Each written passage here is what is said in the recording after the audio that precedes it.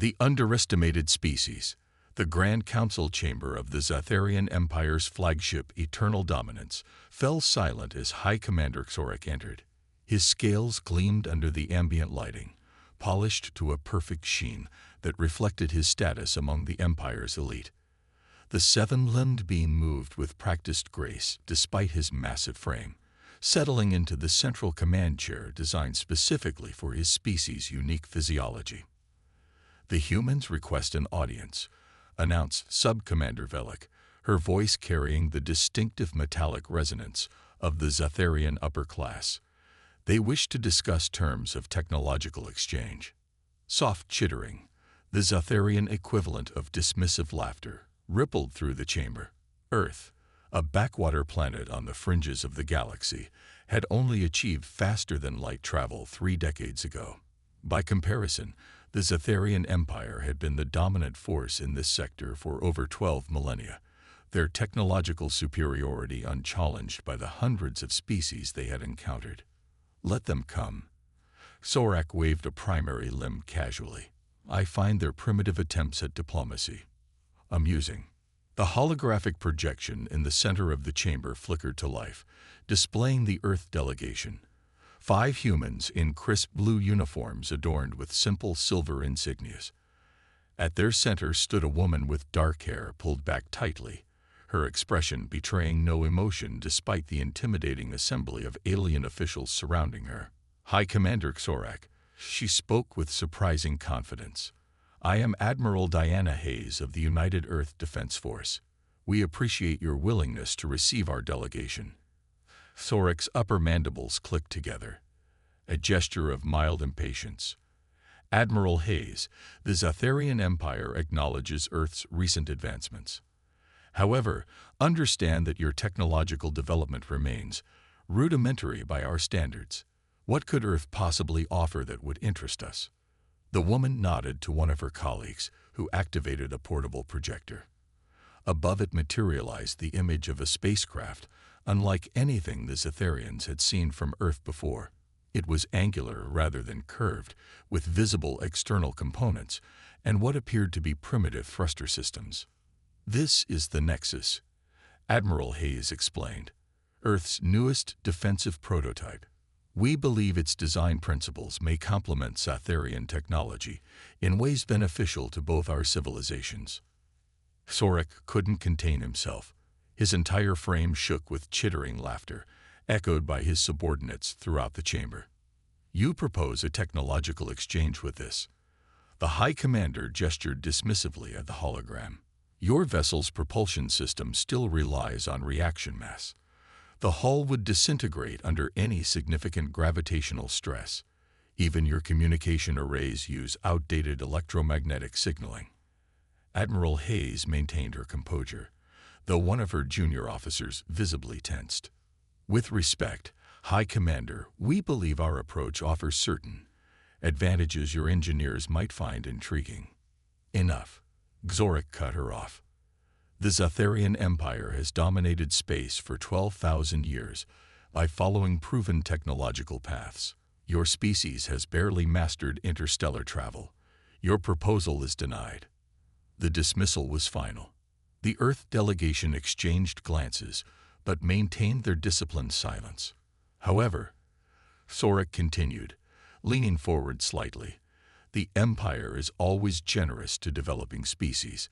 We will send a technological delegation to Earth within the next solar cycle. They will guide your scientists toward more productive avenues of research."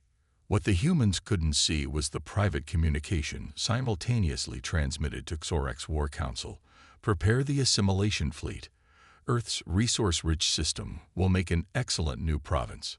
The Earth delegation departed without further comment, their expressions unreadable. None of the Zetherians noticed the small device left behind, its quantum entanglement circuits quietly monitoring their subsequent conversations. "They're planning an invasion fleet," Captain Maya Chen stated flatly, reviewing the intelligence gathered from the quantum tap left in the Zetheran Council chamber. "Estimated arrival in the Sol system, 76 Earth days." The Strategic Command Center beneath Geneva hummed with activity as Earth's highest-ranking military and scientific personnel processed this information. At the head of the gleaming obsidian table sat Admiral Hayes, her earlier diplomatic demeanor replaced with steely determination. "Then we accelerated their timeline," she noted calmly. "As expected." Dr. Sanjay Kapoor, head of Project Nexus, adjusted his glasses nervously. "The Nexus isn't ready for deployment. We've only run simulations of the dimensional phase drive, never an actual field test." "We don't have a choice anymore," General Williams of the North American Coalition interjected. "The planetary defense grid won't stop a full Zetheran battle group. We've seen what they did to the Centauri colonies last year." The room fell silent at the mention of humanity's first interstellar allies, now reduced to mining outposts under Zetheran control after a peaceful technological integration that had turned into military occupation within months. "The Nexus is our only option," Admiral Hayes concluded. "Dr. Kapoor, you have 6 weeks to complete the project. Captain Chen, you'll command." Maya Chen straightened in her chair. At 36, she was young for such a command, but her brilliance in quantum mechanics and tactical warfare made her uniquely qualified to pilot Earth's most advanced vessel. "Yes, Admiral," she acknowledged, though her eyes betrayed concern. "And if we fail?" Hayes' expression hardened. "Then humanity becomes another footnote in Zetheran expansion history. Integration sequence initiated." Maya Chen sat motionless in the command chair as the neural interface cables connected to the ports surgically embedded at the base of her skull. The bridge of the Nexus was unlike any conventional spacecraft. Instead of traditional controls, the entire vessel operated as an extension of the captain's consciousness, augmented by a quantum AI system. "Neural handshake complete," reported Lieutenant Kenji Takeda, the ship's systems operator. "Quantum core stable at 96% coherence. Dimensional phase drive on standby," added Dr. Elena Rodriguez, the theoretical physicist who had conceptualized the drive's impossible mathematics. "But Maya, Captain, remember this is still technically experimental technology." Maya allowed herself a tight smile as her consciousness expanded through the ship's systems. "At this point, Elena, everything we're doing is experimental." The true nature of the Nexus was known to fewer than 50 people on Earth. While the vessel presented to the Zetherians had appeared primitive, it was merely a shell, a deliberate misdirection. Beneath the conventional exterior lay technology that had taken humanity in an entirely different direction from the established galactic engineering paths. Instead of pursuing the standard antimatter drives and conventional shields used by the Zetherians and other advanced species, Earth's scientists had delved into quantum mechanics, dimensional physics, and consciousness integration. The result was a ship that could phase between dimensional states, existing partly in normal space and partly in subspace simultaneously. "Fleet Command to Nexus, you are cleared for launch." Admiral Hayes' voice came through the quantum-encrypted channel. "Godspeed, Captain Chen." Maya felt the ship respond to her thoughts as the moorings released.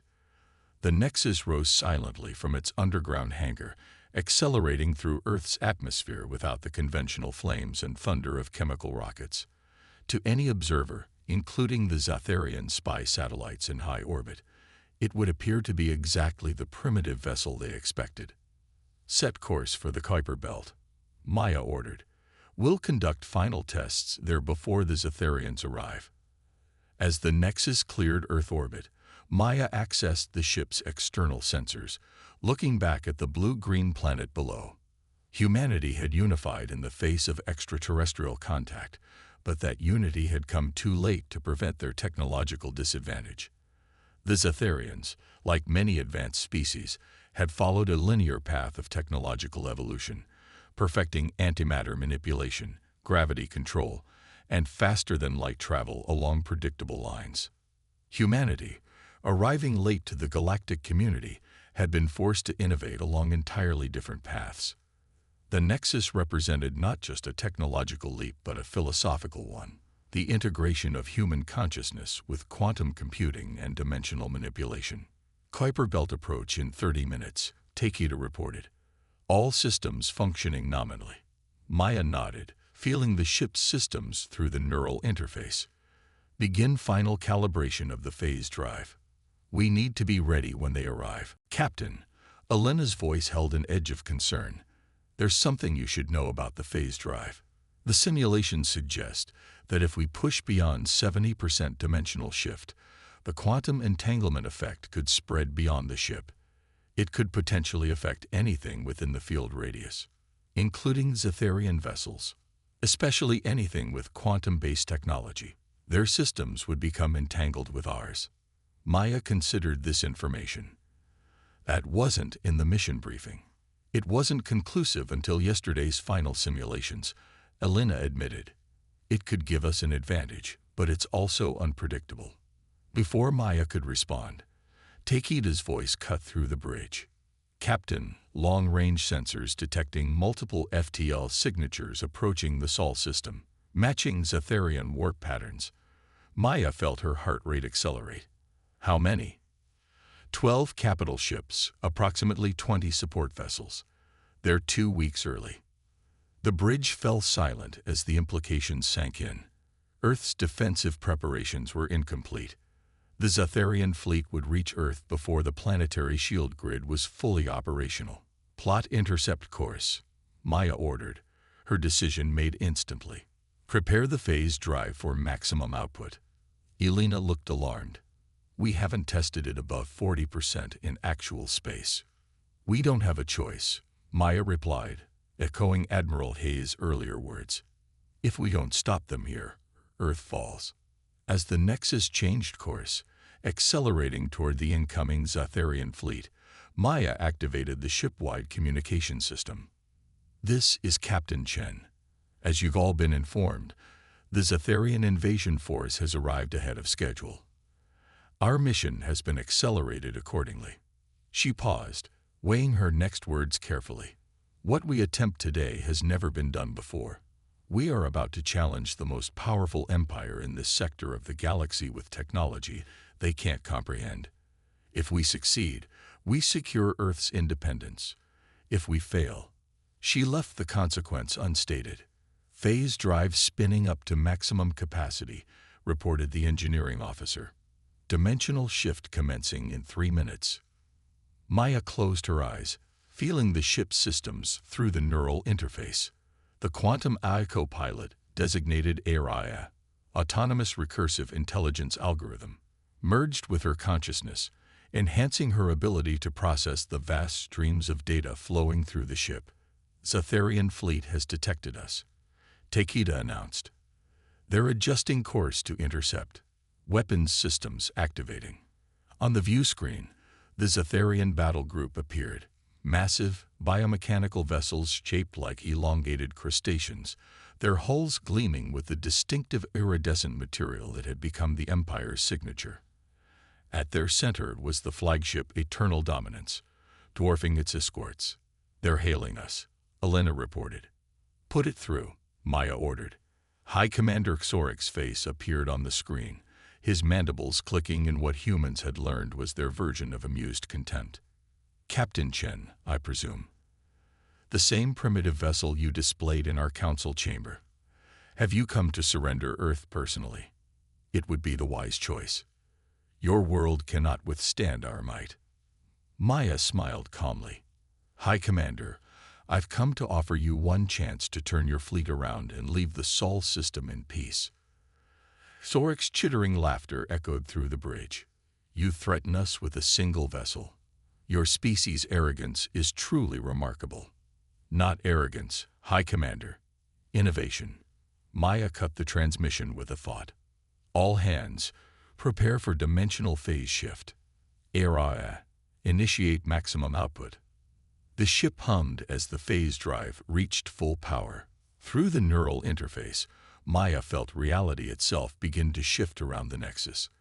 The familiar dimensions of space-time blurred as the vessel partially phased into subspace, existing in multiple quantum states simultaneously. On the Zetheran vessels, sensors registered confusion. The Earth ship seemed to flicker, becoming insubstantial, then multiplying into ghostly duplicates that occupied slightly different positions simultaneously. Their firing, Takeda reported as streaks of antimatter-charged plasma, lanced toward the Nexus. Maya didn't need to give evasion orders. Through the neural link, she simply willed the ship to shift further into dimensional flux. The plasma beams passed harmlessly through the vessel's partially phased structure. Phase shift at 75% and holding, Elena announced, her voice tight with tension. Quantum entanglement effect initiating. The battle had begun. Earth's fate now hung in the balance as the Nexus prepared to demonstrate humanity's most radical technological innovation against an empire that had ruled the stars for 12,000 years. The Quantum Rebellion. High Commander Xorek watched in disbelief as the primitive Earth vessel seemed to violate fundamental laws of physics. His tactical display showed multiple copies of the same ship, not holograms or sensor ghosts, but quantum probabilities made manifest. Impossible, he muttered, rising from his command chair. Full sensor sweep. What trickery is this? The science officer's appendages trembled as they manipulated the control interface. Commander, the Earth vessel is generating a dimensional phase shift. It exists in multiple quantum states simultaneously. No species has mastered such technology. Xorek snapped. Not even the ancient precursors achieved true quantum state manipulation. Nevertheless, the science officer replied, they have done it, and the effect is spreading. Alarms blared across the bridge as the ship's systems began reporting anomalies. The quantum processors that regulated everything from life support to weapon systems were experiencing entanglement effects, becoming synchronized with the Earth vessel's quantum signature. Fire all weapons. Destroy that ship before it can approach further. Xorek ordered, panic edging into his normally controlled voice.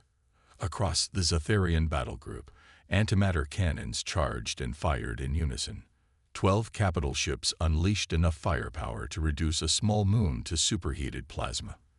The barrage converged on the flickering Earth vessel and passed through it harmlessly as the Nexus shifted further out of conventional spacetime. Inside the Nexus, Maya Chen felt the Zetheran attacks as mere disturbances in the quantum field surrounding the ship. Through her neural connection, she perceived the battle in ways no conventional captain could, as patterns of probability and possibility rather than concrete events. Phase shift holding at 82%, Elena reported, her voice strained. The entanglement effect is propagating through the Zetheran fleet faster than predicted. Maya nodded, feeling the truth of this statement through the ship's sensors. ARIA. Analyze vulnerability points in Zetheran ship design based on quantum signature feedback. The AI co-pilot's response formed directly in her mind. Zetheran vessels utilize quantum-locked antimatter containment fields. Entanglement disruption would create cascading containment failures. Captain, Takeda warned, if we trigger antimatter containment failures, the resulting explosions will. I know, Maya cut him off. We need a targeted approach. She focused her thoughts, directing the ship's dimensional field to concentrate around the Zetheran vessel's power cores. Through the neural interface, she could feel the quantum states of the enemy ships becoming increasingly entangled with the Nexus itself. On the view screen, the Zetheran fleet had begun to exhibit the same flickering effect as the Nexus, their solid hulls becoming indistinct as quantum uncertainty propagated through their systems. They're trying to retreat, Takeda reported. 3 vessels attempting to engage warp drives. Maya's expression tightened. They can't enter warp while quantum entangled with us. The dimensional stress will. Before she could finish, one of the Zetheran cruisers attempting to flee suddenly warped in place, its structure stretching impossibly before snapping back with catastrophic results. The ship imploded, its matter converted to energy in a blinding flash that temporarily overwhelmed the view screen's filters. 2 more ships attempting emergency warp, Takeda called out. Similar results imminent. Maya made a split-second decision. Broadcast on all frequencies, all languages. Zetheran fleet, power down your warp drives immediately. The quantum entanglement effect makes faster-than-light travel impossible. Attempting it will result in your destruction. On the bridge of the eternal dominance, chaos reigned. Secondary explosions rippled through 3 support vessels as their quantum-based systems failed catastrophically. The flagship's own systems were becoming increasingly erratic, control interfaces flickering between states as the quantum uncertainty spread. The human vessel is broadcasting a warning, the communications officer reported. They claim our ships will self-destruct if we attempt warp travel while affected by this quantum plague. Thorek's rage manifested in violent clicking of his mandibles. They engineered this deliberately. This is not combat.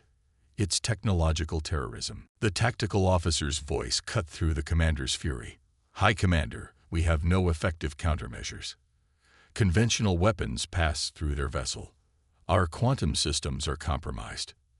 2 more ships report antimatter containment fields fluctuating. For the first time in his long career, High Commander Thorek faced a technological threat the Zetheran Empire could not overcome. The humans, dismissed as primitive, had somehow developed technology that operated outside the established paths of galactic engineering. Open a channel to the Earth vessel, he ordered, his voice subdued. Captain Chen's face appeared on the view screen, her expression calm despite the chaos unfolding around them. High Commander, she acknowledged, are you prepared to withdraw from Earth space? Thorek's upper limbs twitched with suppressed fury. You cannot maintain this quantum attack indefinitely. Your ship's energy reserves are more than sufficient, Maya interrupted. The dimensional phase drive draws power from quantum fluctuations themselves. We could maintain this state for years if necessary. It was a bluff. The Nexus could sustain its current phase state for perhaps another 12 hours. But Thorek had no way of knowing that. Your actions violate all principles of civilized warfare. The Zetheran commander protested. The Galactic Council will. The Galactic Council never accepted Earth's application for membership, Maya countered coldly. We are not bound by its conventions. You came to our system uninvited, with clear intent to conquer. We are defending our sovereignty with the tools available to us. Another Zetheran vessel disappeared in a flash of light as its antimatter containment fields collapsed completely. Your terms? Thorek finally asked, mandibles clicking in defeat. Complete withdrawal from the Sol system. A formal non-aggression pact. Recognition of Earth's sovereignty and a 5-light-year exclusion zone around our system, and access to Galactic Council proceedings as observers. Thorek's eyes narrowed. You ask much for a species that controls only one star system. We ask what we can enforce, Maya replied simply. You have 10 minutes to decide before we increase the quantum entanglement effect. The transmission cut off, leaving the Zetheran commander staring at a blank screen. 8 minutes later, the Zetheran fleet began powering down its offensive systems. The Nexus maintained its quantum field but reduced the entanglement effect enough to allow the enemy vessels to stabilize their critical systems. They're transmitting acceptance of our terms, Takeda reported, a note of disbelief in his voice. All ships preparing for withdrawal once quantum stability is restored. Maya allowed herself to relax slightly, though she maintained the neural connection to the ship's systems. Keep phase shift active until they've left sensor range. I don't trust them not to attempt a final strike.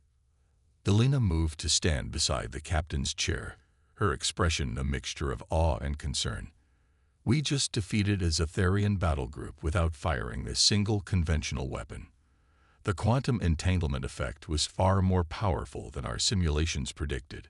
The implications are significant, Maya acknowledged.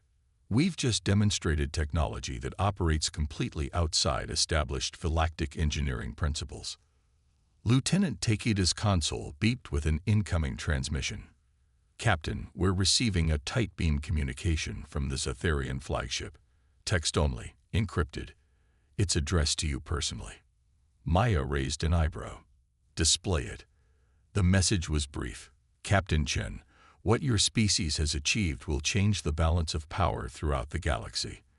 The technological paths the Empire has followed for millennia have reached their limits. We believed ourselves superior because we could not imagine alternatives. Remember this lesson when Earth takes its place among the stars. Hexarek. Maya read the message twice before ordering. Erase that from all logs. Official record shows only the formal surrender and acceptance of terms. Elena looked at her questioningly. Why? Because, Maya replied quietly, when word of this encounter spreads, Earth will find itself with many new friends and enemies. Better if they underestimate us, at least for a while longer. As the Zetheran fleet retreated from the Sol system, Maya initiated the procedure to reduce the dimensional phase shift. The Nexus gradually returned to normal spacetime, its structure solidifying as quantum uncertainty collapsed into a single state. Set course for Earth, she ordered, disconnecting from the neural interface, with a wince as her consciousness contracted back to its normal boundaries. We have a report to deliver. 1 month later, a different council chamber hummed with activity. This time, it was the Galactic Council's central meeting hall on the neutral world of Axios Prime. Representatives from 67 spacefaring civilizations had gathered for an emergency session called to address recent technological developments in the Sol system. Admiral Hayes stood at the center of the chamber, flanked by Captain Chen and Dr. Kapoor. Facing them was the full council, including, for the first time, a Zetheran representative who was not advocating for Earth's subjugation. The Zetheran Empire formally supports Earth's petition for observer status, announced Councillor Velik, the same sub-commander who had once dismissed humans as barely worth noticing. Furthermore, we acknowledge Earth's sovereign territory and right to self-determination. Murmurs spread through the assembled delegates. The Zetheran Empire had never voluntarily recognized any emerging species' rights without first establishing dominance. The Centauri representative, a tall humanoid with iridescent skin, spoke next.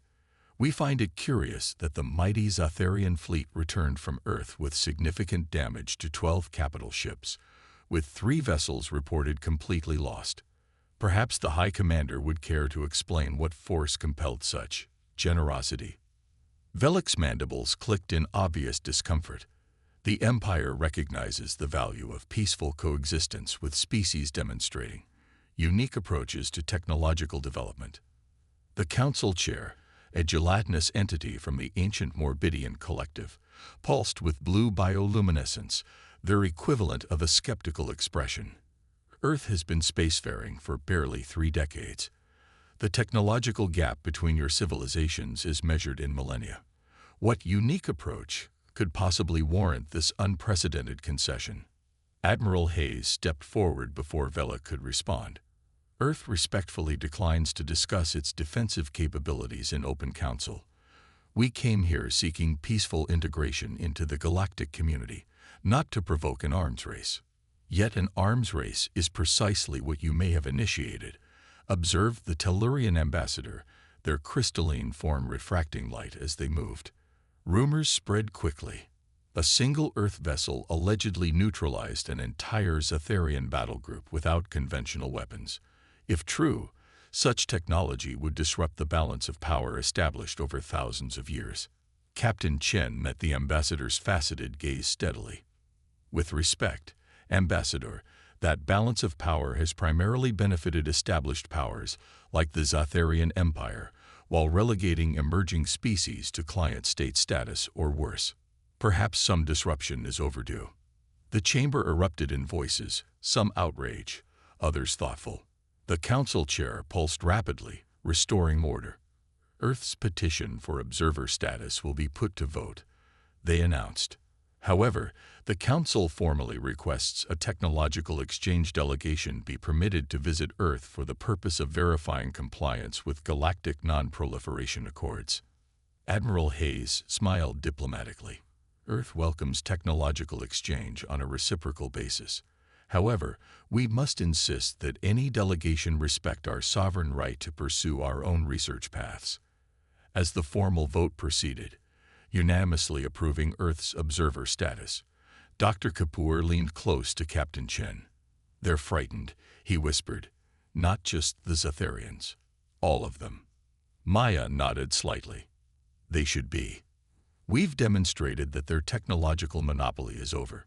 The established powers can no longer simply overwhelm younger species who haven't had millennia to develop along conventional paths."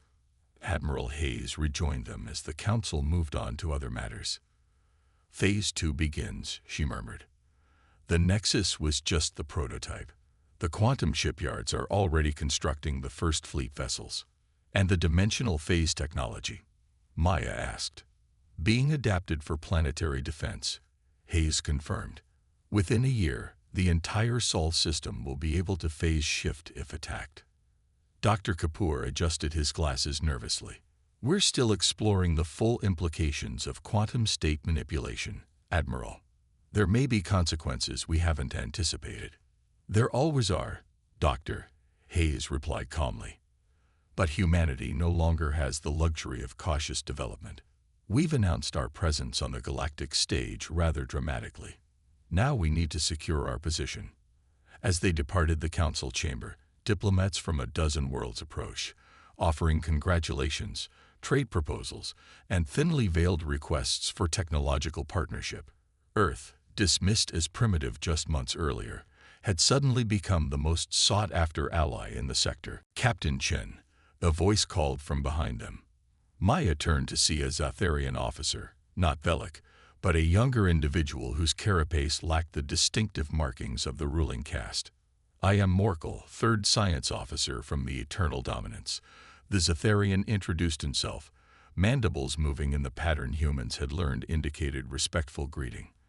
"I wish to convey my personal admiration for your vessel's capabilities."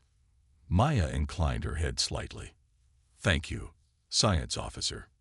The Zetheran hesitated, then continued more quietly. "There are those among my species who believe we have reached the limits of our technological path. For millennia, we have refined the same principles without fundamental innovation. What your ship demonstrated, it has inspired many of us to question our assumptions. Questioning assumptions is the foundation of scientific progress," Maya replied carefully. "Indeed." Morkel's compound eyes gleamed with an emotion Maya couldn't identify. "Perhaps in the future, our species might find more productive ways to exchange ideas than military confrontation." As the Zetheran departed, Admiral Hayes raised an eyebrow. "Making friends with the enemy, Captain." Maya watched Morkel disappear into the crowd of diplomats. "Not friends, Admiral, but perhaps not enemies either. The Nexus didn't just change Earth's status in the galaxy. It may have changed how the established powers view technological development itself. A quantum shift in more ways than one," Hayes mused. Together, they boarded the shuttle that would return them to the Nexus, now docked openly at Axios Prime's orbital station, where its distinctive design drew constant attention from passing vessels. Earth had arrived on the galactic stage not as a supplicant or a client, but as an innovator, a species that had taken an entirely different path and, in doing so, changed the rules of engagement forever. As the shuttle docked with the Nexus, Maya gazed out at the vast array of alien ships surrounding the station. Some belonged to empires that had ruled the stars since before humans had mastered fire. Others represented coalitions of worlds with technologies that had once seemed like magic to Earth's scientists. Yet none possessed what the Nexus had demonstrated: the ability to question fundamental assumptions about how technology should develop. In finding their own path, born of necessity and innovation rather than tradition, humans had opened a door that could never again be closed. The galaxy would never be the same, and humanity, once dismissed as primitive, would help shape its future.